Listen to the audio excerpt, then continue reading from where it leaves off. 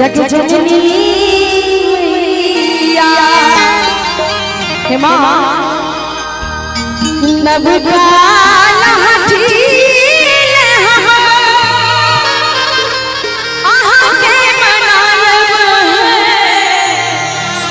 जग जननी मैया। और एक बार आगे हाथ ऊपर करके मां भगवती के नाम का जयकारा लगा भी एना चुप चुप चुप एकदम हाथ सब देखियो गर्मी छे जीव छे आगे से पाछा तक सब को टिका के दोनों हाथ ऊपर करियो जगत जननी जगदम्बा मैया श्यामा और ऐसा कहू सब से आगे के दोनों हाथ ऊपर करके मां भगवती के नाम पर जयकारा लगा भी जगत जननी जगदम्बा बज अच्छा चम चम दरबार जय जय जननी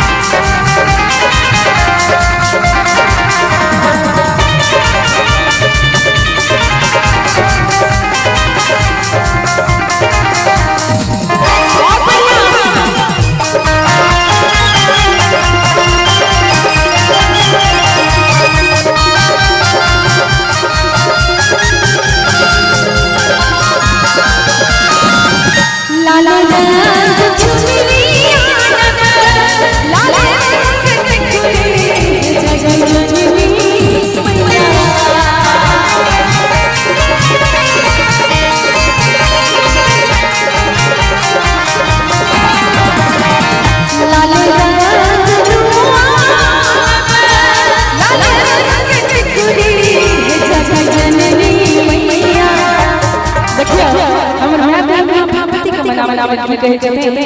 कि लाल रंग लुआन लाल रंग टिकली जग जननी मैया लाल रंग लाल रंग जग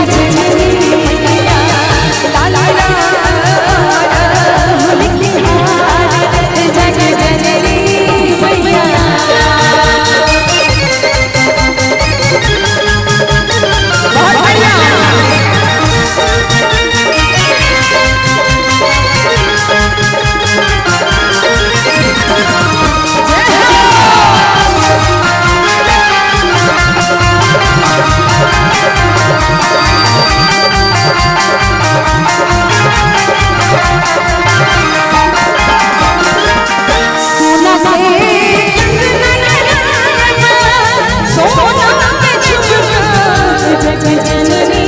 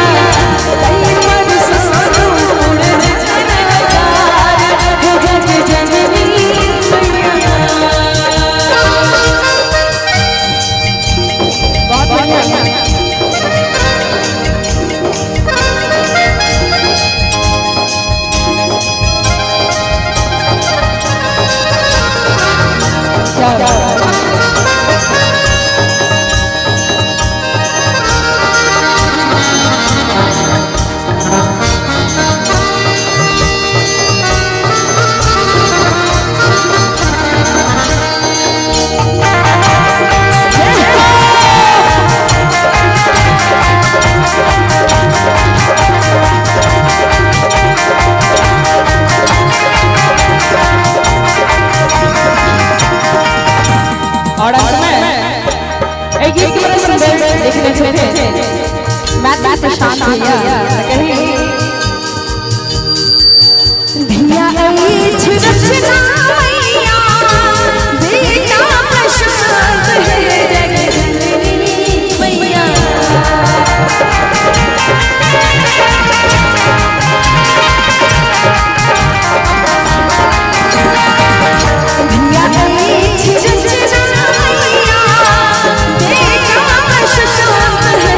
जगजननी मैया और हर सब कोटि के लिए समस्त श्रोता के लिए भगवती से कहबै कि भाता के सुनियो